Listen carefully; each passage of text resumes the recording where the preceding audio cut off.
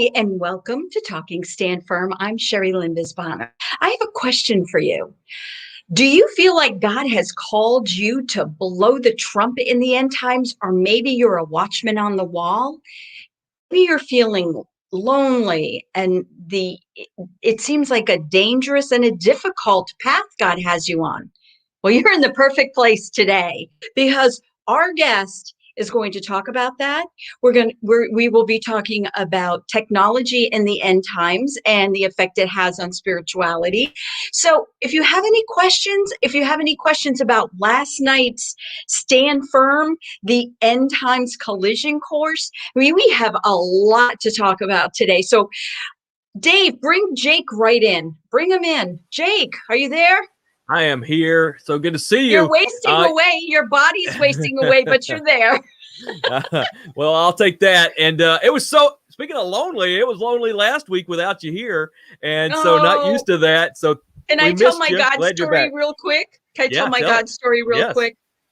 Last Thursday, took my mom to Bible study, did a lot of driving in our car, was doing 60 miles an hour, passing trucks, passing other cars, 65 is the speed limit.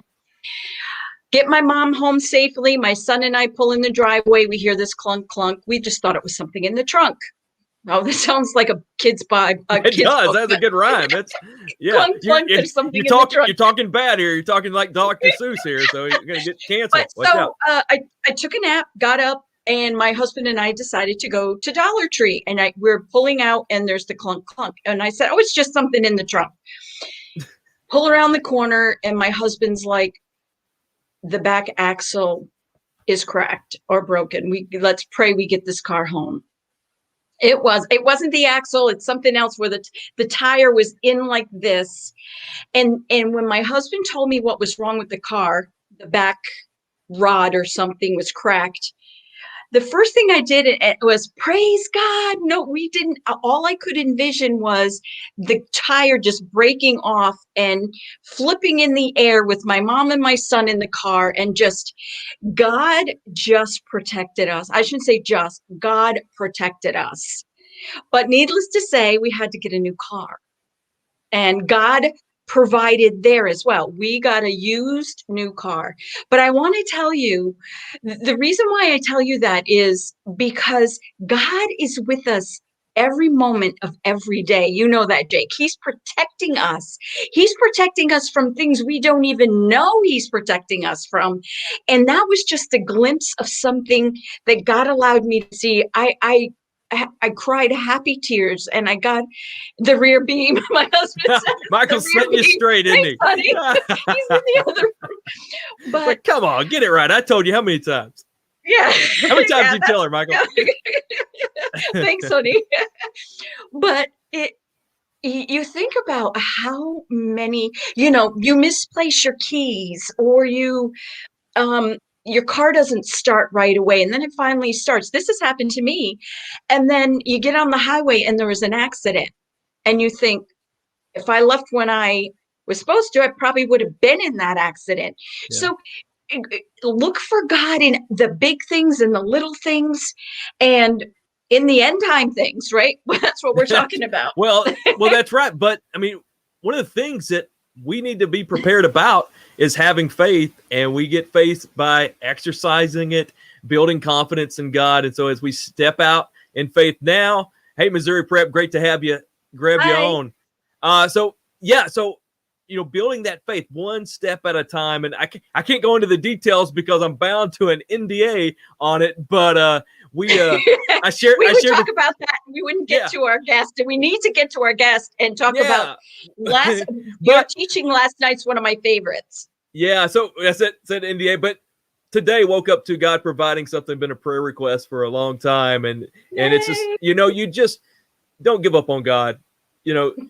Ask him, boldly ask him. I'm excited. So I'm recording a podcast for Raising Stand Firm Kids, and so we have our conference that we mentioned last week, our Parent Summit, coming up April the 25th. That is free until April 5th to register for. You can do that at faiththatlast.com, the Faith That Last Parent Summit. But we're following that up with a new podcast that's for parents, but we're talking about how to raise our kids to stand firm and navigate such a time as this. And so I've been doing several of the interviews and recording the podcast now, and I had an amazing conversation with I can't wait for you guys to meet him, a children's pastor who led the largest children's ministry in Europe. And now does a ministry called Children Can, which talks about just the power that what God can do through our kids, which is just incredible. But he talked about, we pray out of fear so many times. We pray, God, keep this from happening. Rather, we need to pray on the offense and pray and trust God that he can do things. And just been reminded of that over and over. Yes. And thank him ahead of time. I'm teaching my son. I don't know who taught me that, but instead of begging God and saying, well, I hope you do this, God says he provides all our needs, not necessarily our wants. And I'm not saying if you're begging God for a Mercedes or something, you're going to get it. But, when I prayed for our need, I prayed for transportation. I didn't pray for a car. God had me pray for transportation, and my sister let us borrow her car until we could borrow one. But he does. And I was taught to thank God ahead of time that he is going to fulfill his promise in his time and in his way.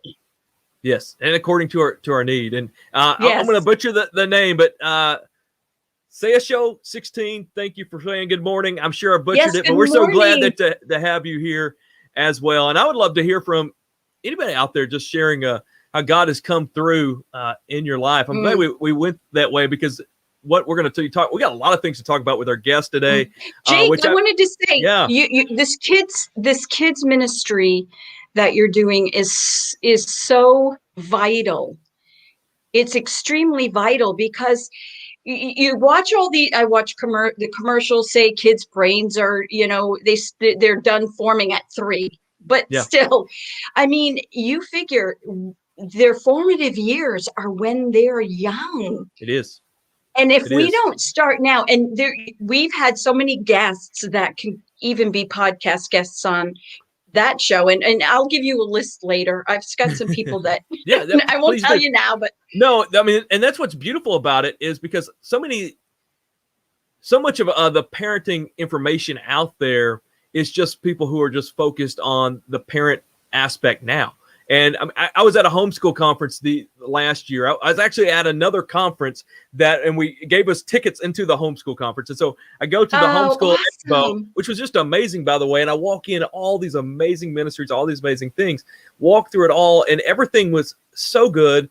And so many families there who are investing in their kids. Investing a lot in their kids. If that's you know what I'm talking about. Investing. Yeah, it's a lot of money to homeschool. Yes. And just being at this expo for these families was a ridiculous amount of money as well. But so invest all of this for their kids so that they can know the Lord, walk with him. But there was nothing that really dealt with, let's look at the end of the maze of parenting and let's work our way back. And so that's really where the Stand Firm Kids initiative came from, is let's begin to just, now and instill these things in our kids. And that's what we're going to do in the Faith That Lasts conference coming up. Again, faiththatlast.com. You can go and register for that for free, but that's where we're going with this podcast. But so hi, we're talking to guests hey, Shannon, great to have you on as always. But, and it's so good to talk to people who, they're not doing a ministry towards parents, and they just tell their heart, and then me to get to spin it back to how it can impact us as parents. And I'm focused as a parent who screwed up this morning with their kid this morning. And so, just trying to figure this thing out, trying to do the best we can with that. Because as we taught last night, there is an end times collision coming, and we're on that course. And I hope folks that have a chance to check that out. Can I say one thing real quick? You were saying, we need to tell the kids about what's going on in the end and then bring it to now. Is that what I heard you say? Yeah, to some degree, we at least need to tell them the end. Because when I'm taking a coaching class, a spiritual coaching class, and they say you start, when you coach, you start with the end. Yes. What you want the end to be, and then you bring it in. And I know, I just think we're coaching our kids, and we're mentoring our kids, and we're teaching our kids. And when you see it that way, it's so vital, and it's so true. Our kids need to know these things. Yes, and I want to say, hey, We don't give them enough credit. We don't give them enough credit. Glad to have you on as well. Hi. Good morning. Yes, absolutely. How do you say your name? Golita? Goyita? If it's Spanish, it's Goyita. David, our producer's he's a master. He knows Spanish, so he's helping us out it's Goyita. as well. If I could read lips, I would have mastered. But great to have you on. Sorry we butchered names, but we want to say hello. And I can't speak in English, so I sure can't do much English, other languages as well. So we were talking about something, right? You said the coaching aspect. So I've had the chance to dabble in a little bit of coaching here lately as well. Spanish. And the thing that we've been being coached to coach with is to always start with your why. Why are you doing this? Why are you seeking out this coaching? Why are you doing that? And as parents, I think our why has been really tunnel visioned to look at, now, look at just immediately down the road, when it ultimately comes to when they become adults and try to live this life themselves, and we become their friends and cheerleaders from the side, still parents, but taking that different role. And so, I think that's a very great that point. the question? Isn't that the question kids ask all the time? Why? Yes, because we said so. that was my answer this morning, which was could have been done better. So yes. So at my house we had the battle over the tennis shoes today, and it was just really terrible. Yeah. So not wanting to wear what was needed to be worn today, and so anyway, good times, life in the real world, right? How to navigate such a time as this. We're talking about big things such as our guest's going to be talking about the challenges with technology coming. We're talking about how everything that we've talked about so far, the rise of the Antichrist, the alignment of the nations at the end, persecution, spread of the gospel, birth pains. Kids. Yeah, all that lines up together. And so we're talking about, knowing these so you can navigate such a time as this. And then I'm needing help to just navigate how to get your kids to wear the shoes that they need to wear today. So, this is, walking one foot in the real world and one foot in the end times. But so end times collision course last night. We got a few shout outs to give for that. I'm going to go ahead and give those because we always run out of time. And because some reason YouTube does not capture a lot of the live comments. They capture some, not all. I don't understand how it works. I don't know what you need to say to get kept. But Jean Pierre, thank you for sharing some French with us. I wish I could pronounce that as well. But a peace sign emoji, I think it means positive. So we'll take some positive. So we have Marilyn joining us. Mark saying hello. Saying here he is. Mark, we're always glad to have you on. May the Lord bless you all. As Mark said, amen for that. Dorcas watching us.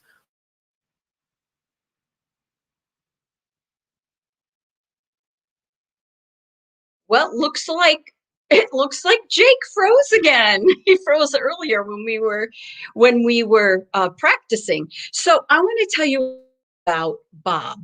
Bob Scott has planted 4 churches and 4 businesses. One of those churches became the International House of Prayer in Kansas. He built a Christian record company, Seventh Time Music, which transformed worship music. Also, he was on the cutting the tech world in 1999 and 2000, and he's going to be talking about that later today. He developed e-commerce in a company called Net Sales. Is Jake, and I was just telling him about Bob. So Bob is going to join us a little bit later, but Bob has a non-governmental organization called Compassionate Justice National, which is in Africa. So we'll tell you a little bit more about Bob right before he gets on and why he's here, the prophetic voice, and he's going to answer some of the questions absolutely for you that the questions that I asked in the beginning. He's going to discuss that. More shout outs. You froze on so I don't know what I ended on, but we want to thank Renee watching us over or somebody like that. Saint Pierre. Wow, I gotta back it up really far. But Dorcas watching us over on Israel, Islam, and the End Times. Thank you, Mark over at End Time Church. Renee watching over at Armageddon News. Mark again saying hello and God bless you all. And Camper Bill. So I made a statement about that I enjoy hunting in the outdoors, which if you go back and watch the film, it was said as gently as anything like that could be said. But Camper Bill, who I guess likes the outdoors as well, said, yeah, right. Hunting deer is for the deranged. Goodbye. So I'm a heretic now because of deer. So anyway, Sons of Thunder always giving us, oh dear. Sons of Thunder always giving us some great words of advice there. Chuck Whitson joining us from the Smoky Mountains of Northeast Tennessee. We're not jealous at all. Beautiful, beautiful area. Yes, glad that you're here. And we've got some questions coming in as well. You can post that message up there from Shannon. Yeah, that's a great message. Yes, my children has and Shannon shared her testimony. So we started the Stand Firm Circle, and Shannon's one of those that have been a part of that, and I can't wait for others to get to be a part of that in the future. She shared her story walking with the Lord and the investment made in their kids as they were growing up. It's just incredible, Shannon, just powerful story. But it says that they had it ingrained in them. They love studying eschatology, but would have loved your book, Pastor Jake, when they were younger. Oh, great. That's awesome. I had to get that plug in. But Shannon, I mean, have them read it now. Yeah. if you, yes, I mean, they can get it. I mean, with my girls, we began telling that the whole story all along. Doesn't mean we just talk about the end times or eschatology, but the movies they watch, the shows they watch, I mean, even age-appropriate shows, they're going to have battles of good and evil. They're going to have, they're going to have an ending. They're going to have these things, and yet we shy away from that with what we do and what we teach. So I want to get into a few things about last night. We've got some great things coming in. Just really hope to get these comments. So last night we took all the 4 conferences that we've done, as we've talked about the final empire, the Antichrist likely being Islamic Caliphate, a revival of the Ottoman Empire. And we looked at, the alignment of nations, that Middle Eastern power going to rise and where Western powers fit into that. And we've talked about, where the Antichrist will come from, as we talked about Israel returning to the land. We talked about all these different things. And so last night, what we tried to say is everything we've talked about is all part of just one story. Because a lot of times when we talk prophecy, we just get bits and pieces here and there, and it's hard to see them come together. And so last night we looked at 4 datas, 4 groups of data that we have in Scripture about the end times. A total nerd way of saying it. But we talked about the alignment of the nations. We talked about the birth pains, which involve persecution. We talked about the spread of the gospel, ultimately going to the ends of the earth. And then we talked about Israel and the conflict with Israel. And if you take all those things and you put a map up, and that's what we do, we put a map up of where the Antichrist's empire will come from. And then we put a map up of where the most persecuted places in the world are. Then we put a map up of where the gospel needs to go. Then we put a map up of where the conflict involving Israel and its neighbors involved. And the maps were the same, exactly the same. And so, that's an absolute collision course coming. Is that the 10-4 window, which a lot of missionaries would know what I'm talking about? 10 degrees above the equator and 40 degrees below the equator. It incorporates a lot of Northern Africa, the Middle East, and things like that. Yes, and one of the things that said last night, I know this may be controversial to some, but hear it out. We talked about the spread of the gospel being directional, meaning, so right now mission groups have always had to say, okay, we read in Matthew 24:14 that the gospel is going to spread to the ends of the earth. And so if we're on mission, we need to be tracking what we're doing in regards to missions. How close are we from doing that? And so right now, and it's been checked in different ways. Right now, it's been covered by people groups. And so it's been mission groups have divided the world up into people groups, and there are thousands of different people groups. So this is not just nations. This is like within the nations, these different groups. And they measure them. Are they reached or unreached? Are they engaged or unengaged? And so the goal is, of course, to reach all people groups. And I think that's completely valid. We read in the book of Revelation that around the throne will be people from every tribe and tongue and nation. But if we look at Scripture, I think there will be more evidence of this spread of the gospel being directional, because we hear Jesus say to the disciples, Acts 1:8, you're going to be my witnesses in Jerusalem, where they were at, Judea, the surrounding region, Samaria, the next region, and to the ends of the earth. And we see that unfold. Then we see Paul in Acts, where he's in Asia Minor, Turkey today, and he's wanting to go eastward, and that's where he receives the Macedonian call, and he goes north, ultimately goes westward. And really from there, though we do have reports of the gospel being taken to like places like Ethiopia, maybe even India. I mean, we do have a stronghold of Christians in what is Iraq today, Mosul. I mean, in the news, through ISIS a few years ago, Northern Africa, places like Carthage, you did have that. But for the most part, Christianity took hold further west into Europe, and then, of course, jumping over to the New World and then spinning back. And so modern mission movements have been moving, into Africa, into Asia, moving in, closing in, and to now that they look at this 1040 window. And let me see if I can pull up an image. Probably can't. Jake, I wanted to ask, before we get further into the 4 points, where they can go to stanfordministries.com / to get the notes. Yes, collision message. Collision message. So it would be it's stanfordministries.com / collision message. If you want to get the notes are great. I've got all his notes in a folder. They're great resources, especially Sunday school resources, right, Jake? Yeah, I mean, they're meant to be for you to go and not just take my word for it, for you to dig in. And I mean, they're long anyway. The teachings are long. I mean, we're shooting for 35, 45 minutes. Most of it ends up 45 minutes to an hour. And, but the hope is, and I'm not going to be able to cover every passage. And so it's meant to be, the passages are there. You can go and dig through it and work through it yourself, because it's not about taking my word for it. It's about, going to the word. But I want to share one of the questions. And so a segment that I hope we get to introduce here soon is our producer, David, who also is working behind the scenes when we teach on Thursday nights. I've asked him that we're going to hopefully get this started soon. We're getting him a green screen, get him in the same studio as us, and going to get him, but wanted to just, so he gets to hear all the teaching. And so I wanted to pull him in and to say, hey, what did I say wrong? because surely I'm always going to say something wrong. But we got finished, and he asked me a question I thought was a really great point. So he says, so Jake, you're talking about the gospel. Oh, I didn't get finished. So the gospel spreading around the world. Ultimately, we know from Revelation 25 that the gospel is where it says that right now is the time for the Gentiles, and that the gospel will go to the Jewish people once the fullness of the Gentiles have come in. And so we know ultimately the final destination of the gospel of, the fulfillment of Matthew 24:14 is the Jewish people, which, likely this comes at the hand of the actual return of Christ. But so I think it's just a great point there. So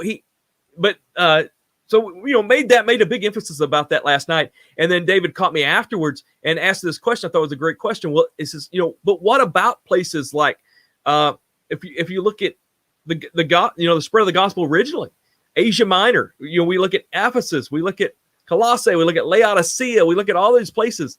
That was in what is modern day Turkey today. We know Carthage, was a stronghold. And so we know also, since the rise of Islam and its spread, and jihad, that is basically that persecution and that spread actually ran, defeated Christianity in those areas. And so we have that. But another thing we talked about that I don't know if we necessarily realize, but when we talk about missions, really from about 300 to 400 AD until William Carey, and I think that's the 1800s, if I've got that right, maybe the Moravians before that, you basically have missions stopping. there was missionaries here and there, but for the most part, you don't have missions like we understand it today. It's William Carey who's and so he lived in the early 1800s. He's the one credited with starting what is the modern missions movement. I think actually you would take that back to the prayers of the Moravians a little bit before that. But so you're talking about really a period of almost 1,200 years where missions was very small in how it was done. And then really it's not until recent history and the means that we've had in the United States to send out missionaries on the level that we've had and sustain them, that missions has really grown. And so I think that's one element when we talk about the times that we're living in that we miss, is just how much has gone on in terms of missions and the opportunities before us. And so I think some of those things that we've talked about, just the challenges coming on America. And that was another point that David brought up so if we're talking about this Mideast beast rising, and so the area in which we expect ultimately the Antichrist's empire to be is also where the people need to hear the gospel the most, and where persecution is the highest. I mean, that's a great collision course. And so very difficult times ahead for fulfilling that. Well, I see the green room is open. And so we have Jake, we have I think we have someone new to watch us. Tony's new. Dave was telling us he's been commenting a few, the Abraham Accord, Daniel 9:27. Yeah. Thank you, Tony. Did Tony have a few more comments before we go to our Bob's in the green room? The left. I do want to touch on, we will talk more about the Abraham Accord, and we have in the past when Nelson Walters were on. We talked about that. I think very, very significant. It fits a lot of, at least a catalyst for a lot of things that we see, and such as like in Daniel 9, as you mentioned, Daniel 11. So Daniel 9 talks about the Antichrist affirming a covenant. This very well could be, doesn't have to be. We see this two different possibly confederacies of nations, groups of nations in the north and south in Daniel 11. And we see a division happening within the Middle Eastern nation. So very well, I think that's something to very well keep our eyes on, as well as Turkey. But a lot of things just in front of us that we need to keep our eyes on. And our focus here, like what I like to do is just say, hey, let me go to Scripture and let's look at what we have. We can go with that. And so most of that takes us, when we look at the end, the Middle East, ultimately to Israel. But there are a lot of challenges that we're facing. There's a lot of things that are happening now and that are coming that we're facing that we need to, help in to navigate. And a lot of that, has been forewarned to some degree in Scripture. And that's why I wanted to take the opportunity to bring Bob on. And I know you've already shared his bio, but I'd like for you to share it again. Yes. Yes, let's share his bio. Thank you, Tony, and whoever else is out there. Please let us know you're listening, even if you just send a wave, and even if you don't like what we're saying. Already heard Jake. Call me deranged. Just say it. So Bob Scott, I'm excited for him, has planted 4 churches and 4 businesses. One of those churches became the International House of Prayer in Kansas City. He's built a Christian record company, Seventh Time Music, which transformed worship music. He's also on the cutting edge of the tech world. In 1999 and 2000. He developed an e-com company called Net Sales. Bob also has an NGO, which is a non-government organization, Compassionate Justice International in Africa. Bob joins us to talk about the challenges and burdens of having a prophetic voice, and the challenge in the coming culture on technology. And he wrote about it in his recent book, In the Company of Joseph, When the Past Becomes the Future. I'm so excited because I feel like one of those prophetic voices, as far as, supporting those who have prophetic voices. So Bob, come on. It's so nice to meet you, Mr. Scott. Bob. Well, it's nice to be on the show. I haven't seen Jake in a few years, and it's there's a lean, mean version of him that I'm staring at. Yes. Oh, he's got something he needs to tell you. Okay, brother. Yeah. So everybody listening. So I had the chance to meet Bob about 5 or 6 years ago, which I believe was a total divine appointment. He probably doesn't realize what a divine appointment it is. I'm in. So we talked a lot about my journey here on the show, and my journey. I just left the full-time pastorate, was launching what is now Stand Firm, and just struggling to figure out what to do. I'm in Starbucks working because I don't have a place to work, and I'm always a jerk. I always go to the big table, that way I can spread out, and then no one else, and everybody else doesn't have big groups. But they're on the other side of the group is these 3 individuals. They're having a conversation, and of course I'm eavesdropping. in the conversation, but then at the end of it, they pray. And so they finished, and I just, said something about how nice it was to be believers. Well, one of those was Bob Scott. And so Bob was, among all the things he's doing, was business coach. And one meeting, and I'm just totally, maybe you can help me out with the name. One of those with you where she was a life coach. And so just, we talked, had a great conversation, and just felt a divine appointment. So we followed that out. I got the chance to meet with Bob personally in his home. And he told me a lot of things that I didn't understand then, but I understand a lot more now. And a lot of, how stand firm is stand firm. A lot of that comes from a conversation I had with Bob. I probably owe him a check for that conversation. He talked about, he told me, I was trying to move something very difficult. He talked about a 10-ton tank across a little bitty bridge, and through shifting from what we were doing then to stand firm, it has made that easier. Now, he did tell me to drop the black and red, which he's right. That is a definitely deterrent, but I just love it so much I can't give it up. But the other thing that you told me, Bob, and this was even before we met, I think this was in Starbucks. You looked at me and I told you where the Lord was leading me, and you said the prophetic calling is a lonely calling and one that's hard and difficult. And I'm like, okay, yeah, that sounds great. And didn't understand where you're coming from. Now I'm 6 years into it. I'm learning that is a very true statement. Everyone who is tuning in, they're here because they've seen something in the word or off the wall in the times we're living in. And they are concerned that they need to be prepared. And really want other people to hear what's going on. Story after story, as we've created communities like the End Time Church, the Ishkar Network, and things that we're creating communities around the world of people who feel this way. What we're hearing story after story is, I shared this with people in my Bible study group and they just blew me off. They ignored me. I shared this with my pastor. He shut me down. I can't speak about these things at my church. And they just feel crazy. I can't speak to these things with my family. And it really seems like just a total, and that's what you warned me of 6 years ago. Bob, it's great to reconnect. Your new book is just tremendous. We're gonna have to do this in multiple shows because it's just so much to get through. But could you explain? And now that I'm ready to be coachable and to listen, could you explain to us what you meant by the prophetic calling being lonely and being difficult?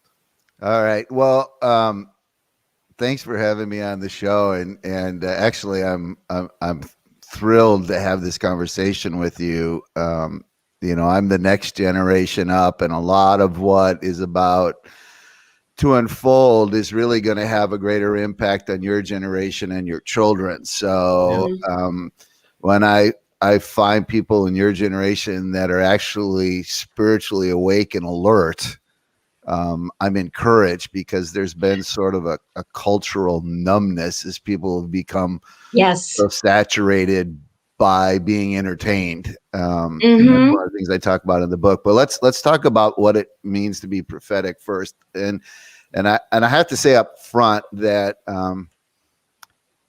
truth be told, in the last few years, the fact that there's so many people clamoring to be seen as prophetic has me deeply concerned. And the reason why is if you're clamoring to be prophetic, you have really no idea what the calling is. Bob, can you, for some listeners, I've learned over the years, I need to define my terms. So can you, in your conversation, what do you mean by prophetic? Well, I think prophetic has a couple. It has both an inward and an outward, or a big picture and a small picture kind of perspective, which makes it difficult. Meaning that prophetic people often see what's coming. They see things ahead of time. They're aware of where things are going, right? But the other side of the coin, which is almost the flip side of it, is there are also people that have the ability to get down to the heart of the matter. Meaning that, especially in our modern social media world that we're living in, we're living in a world of facades more than ever in human history, right? And so prophetic people have a discernment, like they have this capacity to get to the actual motive. And if you go back and you study the teachings of Jesus, the reason why he's the greatest prophet is that he was constantly exposing motive. Like all of his focus was on this question: why? Motive. Yes, yes. We were just Why are you discussing the doing why. that? Right? And the reason why there's a need for prophetic voices in the moment is that we've become such a narcissistic culture, and we become so focused on self-gratification that there's a need for voices that are discerning, that can get through all the hype, all the facades, right? All the theater, all of that type of thing, and get down to what's really driving what's going on, right? So, if you go back and look at Timothy's, the letter to Timothy, and there's a prophetic statement in there about the end times, and it's in chapter 3. And remember, he talks about in the last days, right? What does it say? People will be lovers of themselves. Yes. You see, we're getting down to the heart of the matter here: self-centeredness, pride, arrogant, right? These are motives, right? Lovers of money, boastful, proud, abusive, disobedient to parents, ungrateful, unholy, without love. I mean, the list just goes on and on. But these are all motive. Like, these are issues of the heart. So you see, when you're talking about prophetic, there's both a drill down aspect to it, right? And a rise up aspect to where you're seeing the 50,000 foot view. Yes. So it's a paradox, and that's one of the dynamic tensions of being prophetic. So what makes it burdensome? Well, I'm gonna just give you 3 points. We could talk about a lot of different things, but I think 3 of the main characteristics of people that have to walk this journey. And the first one, you've already mentioned, which is loneliness. There's a certain loneliness. I'll tell you an interesting story, but I too had a mentor. I had somebody, like I did with you, did it to me. And he looked me in the face one day and he said, "I'm sorry to tell you this, Bob, but the cruel, cruel essence of loneliness is the journey of the prophetic people." And like you, it just pierced me, because I was 25 years old and had no clue what he was talking about, right? Right. Yes. Right. So my wisdom that I passed on to you was passed on to me. You see, so I'm just handing down something. It was John Maxwell who made the statement: if you think you are leading but no one is following, you're only taking a walk. I love that. Right. Yes. Yep. But here's the dilemma. Sometimes a leader, especially a prophetic one, has to walk a lonely journey. They have to take this solo walk where they're on their own before anyone realizes what they're up to. So it's kind of a paradox, because we're in a world right now where it's all about getting listeners and getting Instagram follow, right? And the problem with the prophetic calling is it's the antithesis of that. You actually have to go it alone for a while. Almost all prophets and visionaries that I know actually need to walk alone. They have to walk alone. In fact, the vast majority of what I call truly prophetic people are actually introverts. And I mean emotional. That doesn't mean that they don't know how to be extroverts in a crowd, but emotionally they tend to be introverts, meaning they need to walk by themselves, right? In fact, they have what I call a submarine lifestyle. And what I mean by that is that with most prophetic people that I know, they stay underwater with what they know until they have a clear idea of what it is they're actually sensing before they come up to the surface. So you don't really know what's going on with them. And let me tell you a story. I hope this won't be too much for people, but I actually had a dream when I was young, when I was in my 20s. And in this dream, which was a profound spiritual lesson, there was a profile, like a character of my head, and the top of it was open, and God put a seed in. Oh, wow. And he closed the top of it, Mhm. and I opened my mouth, and the seed just came tumbling out and just went plop into the ground. And I was so unbelievably disappointed because when it was in my head, I saw the full potential of what this thing that God had showed me meant, right? And I was Mhm. expecting it to have this huge impact. Mhm. And because I opened my mouth and I spoke too fast, it just rolled out and did nothing, Yeah. right? Oh. About, I don't know, a period of time goes by and I have the same image happen, right? The same thing happens and God does the same thing. But instead of me opening my mouth immediately, I took the pose of that famous Rodin statue, the thinker, where he's, Yeah. and he's No, do it again. pondering, No, right? let's make sure we got it. And so I pondered for the Again, yeah. season of time. And when I opened my mouth, a whole tree slid out Oh, with fruit wow. on it. And I went, oh, Mm. I get it now, God, right? I understood. Mm. So let me give you a biblical story that's similar to this. The greatest prophetic revelation in the history of humanity came to Jesus' mother, Mary, Mhm. right? Yeah. Right? I mean, it's the most significant prophetic encounter in human history. But in Luke, he records exactly what Mary did. It says, but Mary treasured up all these These things and things in her. pondered them Yeah. in her heart. In fact, she carried this for 30 Mm. years. And this is the difficulty with the prophetic journey is there are times when you're supposed to speak quickly, and there are times you carry things for years, and understanding the times and seasons Mm. and when that bridge that I told you about is strong enough to handle, right?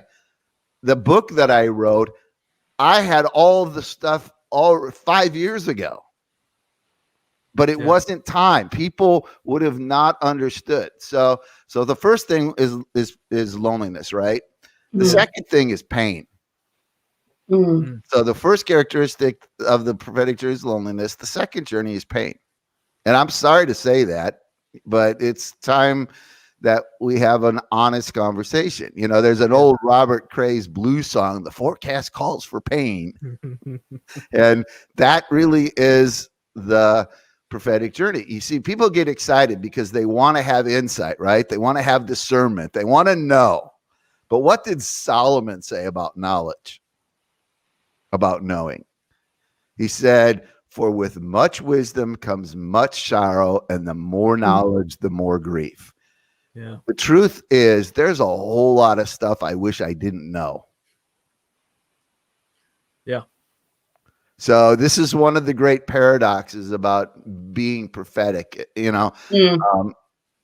It was said of Jesus, and if this is the amplified version of it, but Jesus, for his part, did not entrust himself to them. He knew all people and understood the superficiality and the fickleness in human nature. Yeah. Right?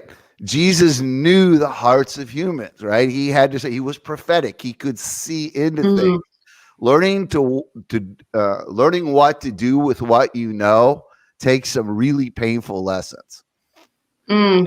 It's tough, and I've had this conversation with friends that, like, it's so tempting. You have something burning within inside you just to run out, but you can't die on a hill if it's not the hill the Lord doesn't want you to die on. Right.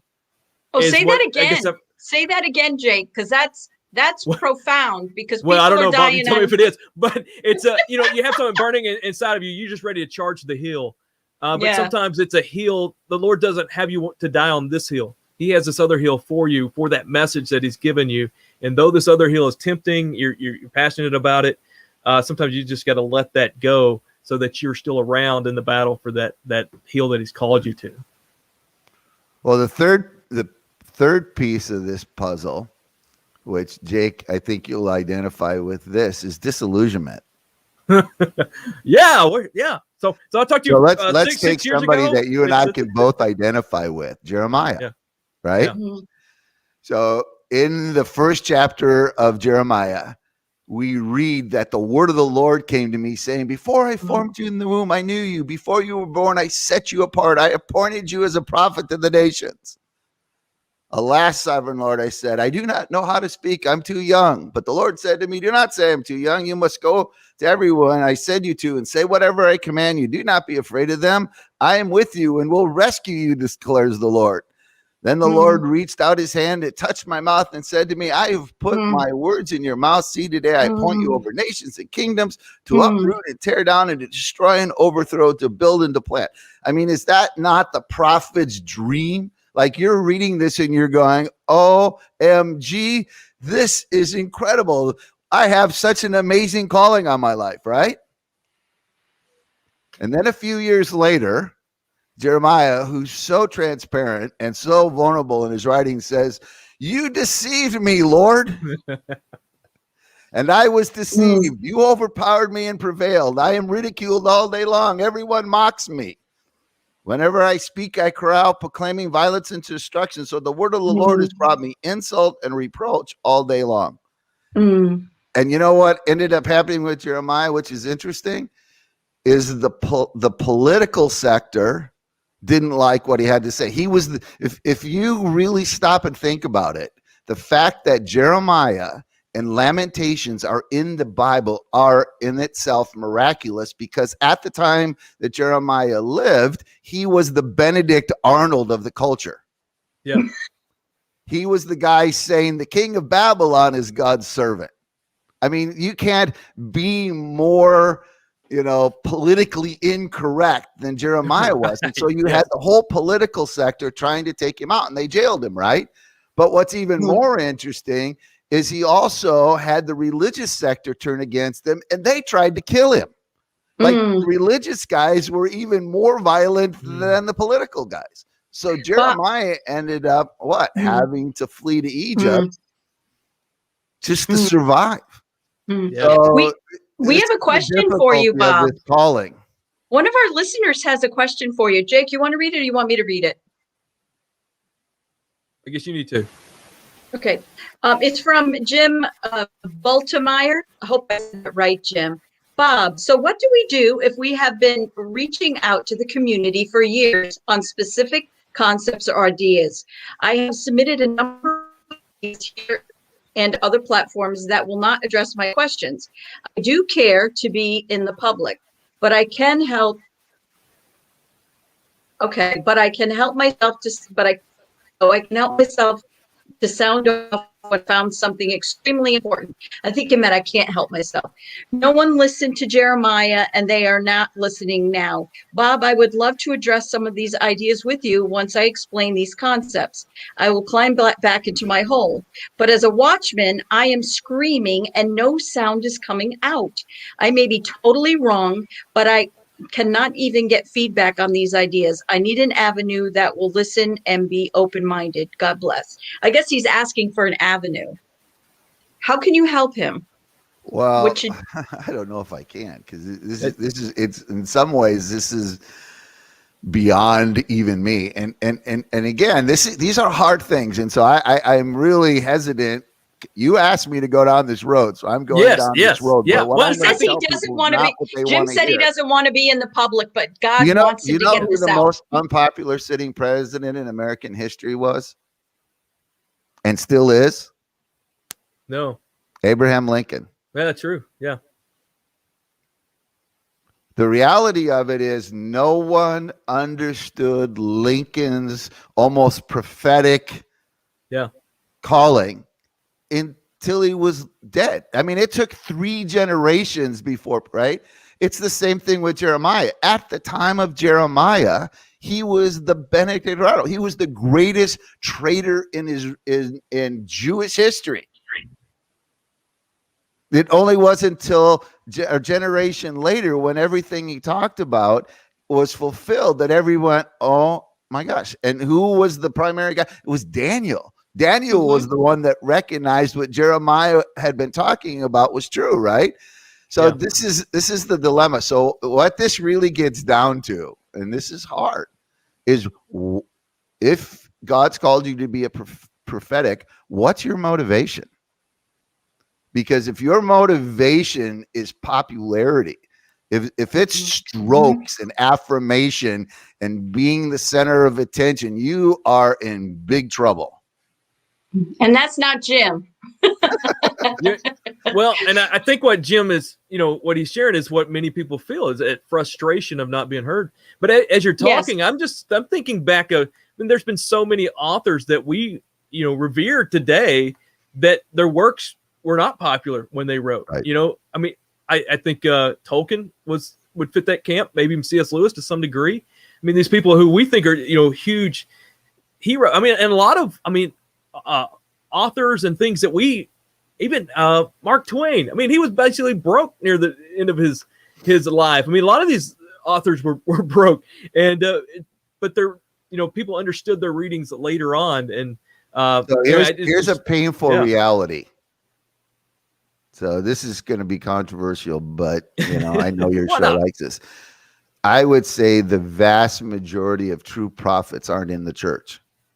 Yes. Right. Yes. And the reason for that is there's really no place for them.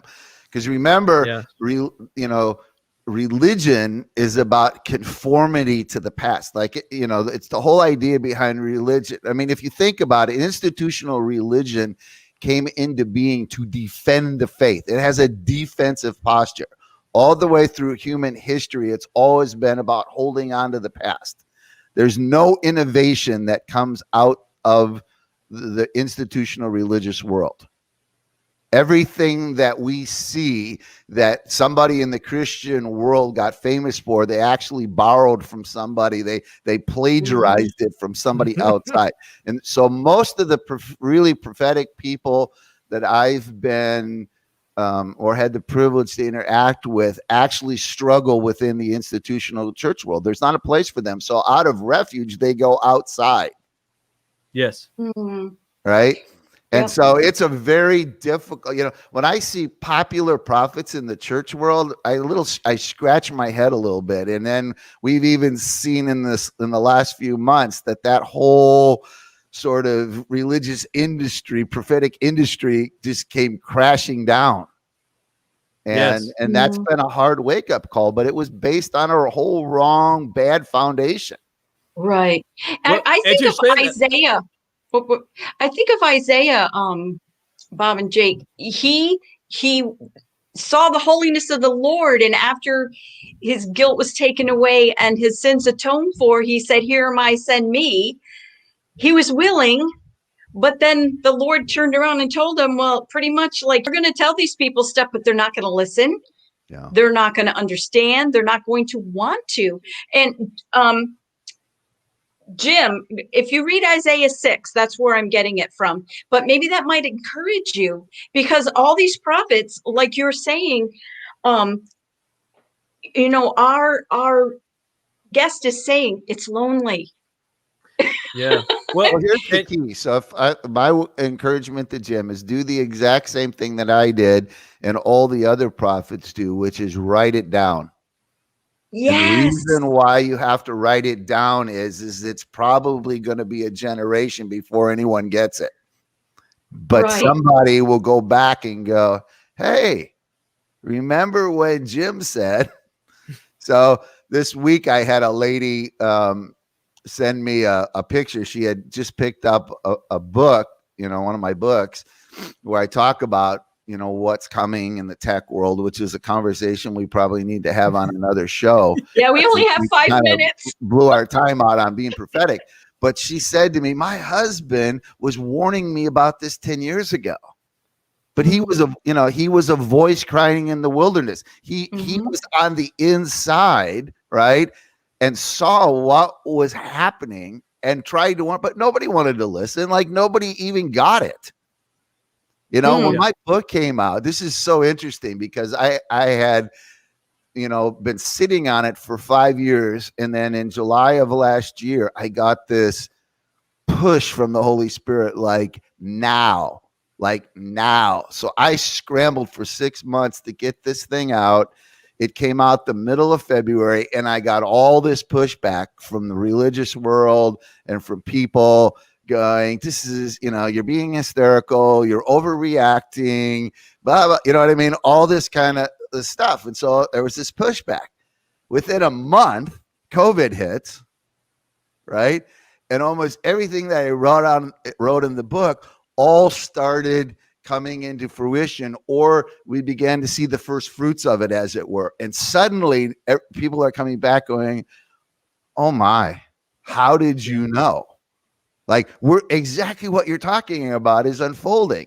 So this was one of these situations where timing was everything. If I tried talking about it 5 years ago and I got what I call the head tilt, huh?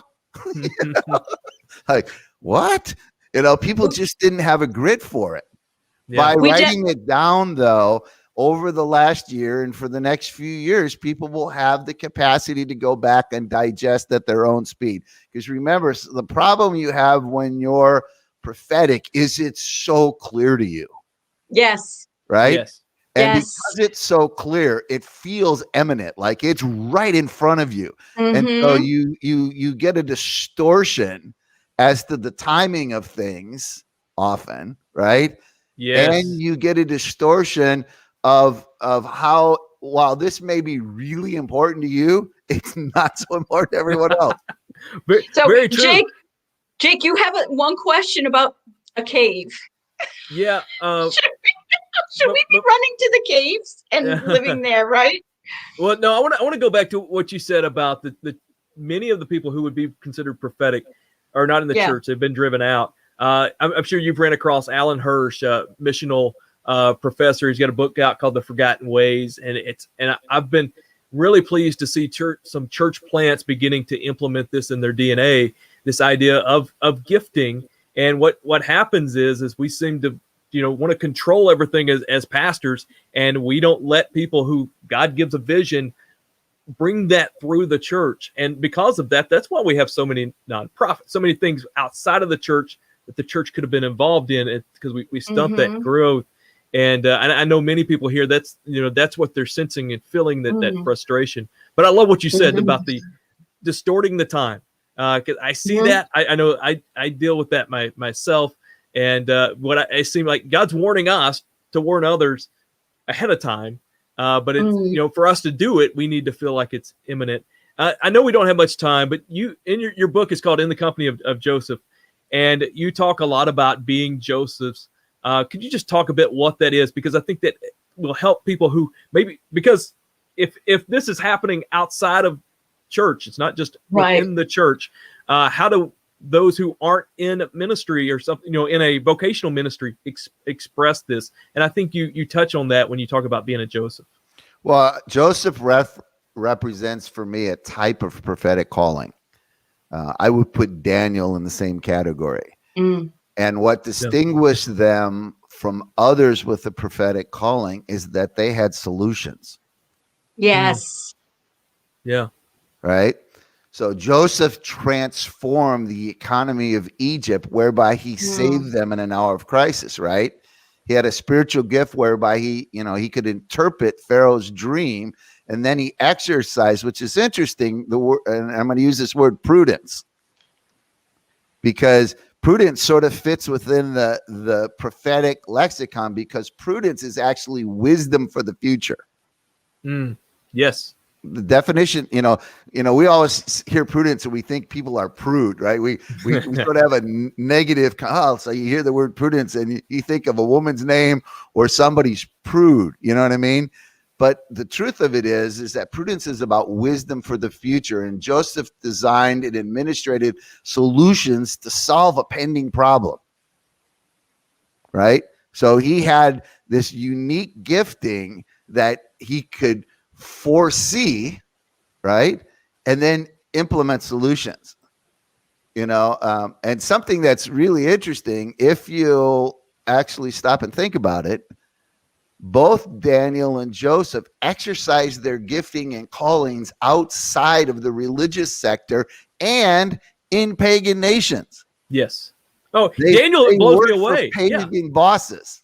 Yeah. I mean, Daniel is in, two of the most pagan nations in history, kingdoms in history, and yet he's shining like a star within the government and a main government official. I mean, how in the world did he do that? Well, and the reason being is that when you're Nebuchadnezzar or you're Pharaoh, right? You've got a crisis, right?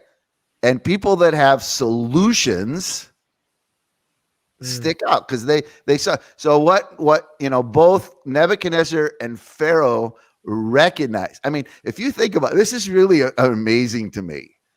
But here Joseph is, who a few hours earlier is unshaven, sitting in a prison, and he's standing in front of Pharaoh's cabinet, right? That's what the word we would use, cabinet, which are all the presidential advisors, right? Which in that day are astrologers and soothsayers and wise, right? Yes. And pagan Pharaoh, who by his own culture is considered a god, looks at all of the guys in his cabinet and he goes, who else in my kingdom has the Spirit of God on him like this guy? Right? A pagan ruler recognizes the Spirit of God on Joseph. Nebuchadnezzar saw the same thing in Daniel. Right? Yes. That's really, when you think about the dynamics, quite stunning. Yes. Not what we would expect. Yeah. I was actually preaching on this Sunday at my church and said cabinet, which was very interesting. You said that about Daniel and just how that, he betted on God and God came through. And I love how you said it with the solution. Well, Bob, this has been incredible. I know we didn't get anywhere where we wanted to go today, but this is where I know our audience needed, because they are all in that loneliness, in that pain, into that frustration and disillusionment that you're talking about. And some have voiced that. I know I walk in that and struggle with that. I didn't ask for this journey, but can relate to that. Bob, we've got to have you back on, because all right, brother. Your understanding is just incredible, just fascinating. But also what you talk about the tech world is something that we really need to understand to help navigate this. Bob, how can people find out about what you've got going on, get your book, and learn more about you? Well, the book is on Amazon, and or there's a link. I have a website. I have an organization called Joseph Company Global. I have spent the last 40 years sort of working with athletes, people in the geopolitical sector, people in the arts and entertainment world, the business world, working with high-end achievers. And so I have that's where my coaching business comes in. But the address is JOCOM, JOCOM global.com. So it's Joseph Company Global, but it's JOCOM global.com. And there's a link there to the book as well. Awesome. So let's have a part 2, and we'll talk about we sort of focus today on being prophetic and the journey and what we've got to deal with, but let's have a part 2 and talk about where things are headed, because definitely we really have got to understand the times and seasons. So many people needed this today, though. I know some people, I have a few friends who I just was texting them during this and said, you've got to watch today's show. He's speaking directly to you. Absolutely. I'm glad I've been helpful. It's always my heart that my words have meaning, and they're words of life. So even though some of what I said you might not want to hear, I hope it struck a chord in people's hearts that actually goes, hey, I get this now. Yes, it helped me understand my journey and who I am. Thank you so much. But Jake will reach out to you, and we'll definitely have you on again, because I want to hear all the technical parts. All right. Sounds good, guys. Technology and stuff. Praying for you, brother. Bob, thank you, before Bob. Go, we shared a little bit of your bio and your church planning. At least 2, if not 5 of our guests that we've had in just our 40 episodes were impacted by something you had a hand in beginning. And so I think everybody out there, just we don't we'll never know the impact that we can have. And just being faithful to that. And Bob, thank you. Let's do it again. Brother. It's good. Happy 40th, Jake. So we want to thank everybody. Please come next week. And don't forget, Jake, tell them more about the Stand Firm Kids. We're actually off next week. We So, are. we're off next week. We'll be back the next week, April 2nd. We've got a great lineup of guests. Sonia's coming back on well, before that, we've got Andrew and Daphne Kirk of the Radical Lifestyle Podcast, Generation to Generation, the ISCAR Network doing incredible stuff. And we're going to be talking about tangible ways to show our love and care for Israel, which I think is a very fascinating topic there. Sonia's going to be back on the 16th. Coming up 23rd, we've got Bob Hunt. We've got another Bob from Zion's Hope. Bob Hunt is done a lot of work in digging into Islamic eschatology, like into the Islamic scriptures and text. And so it's very fascinating talk there. And then super stoked about this April 30th.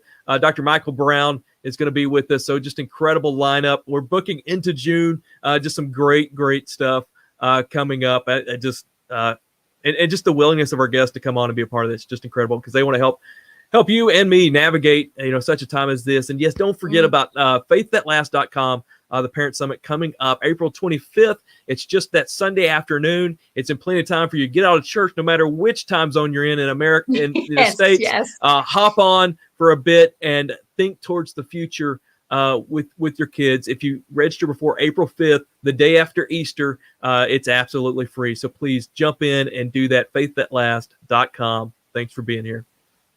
Take care.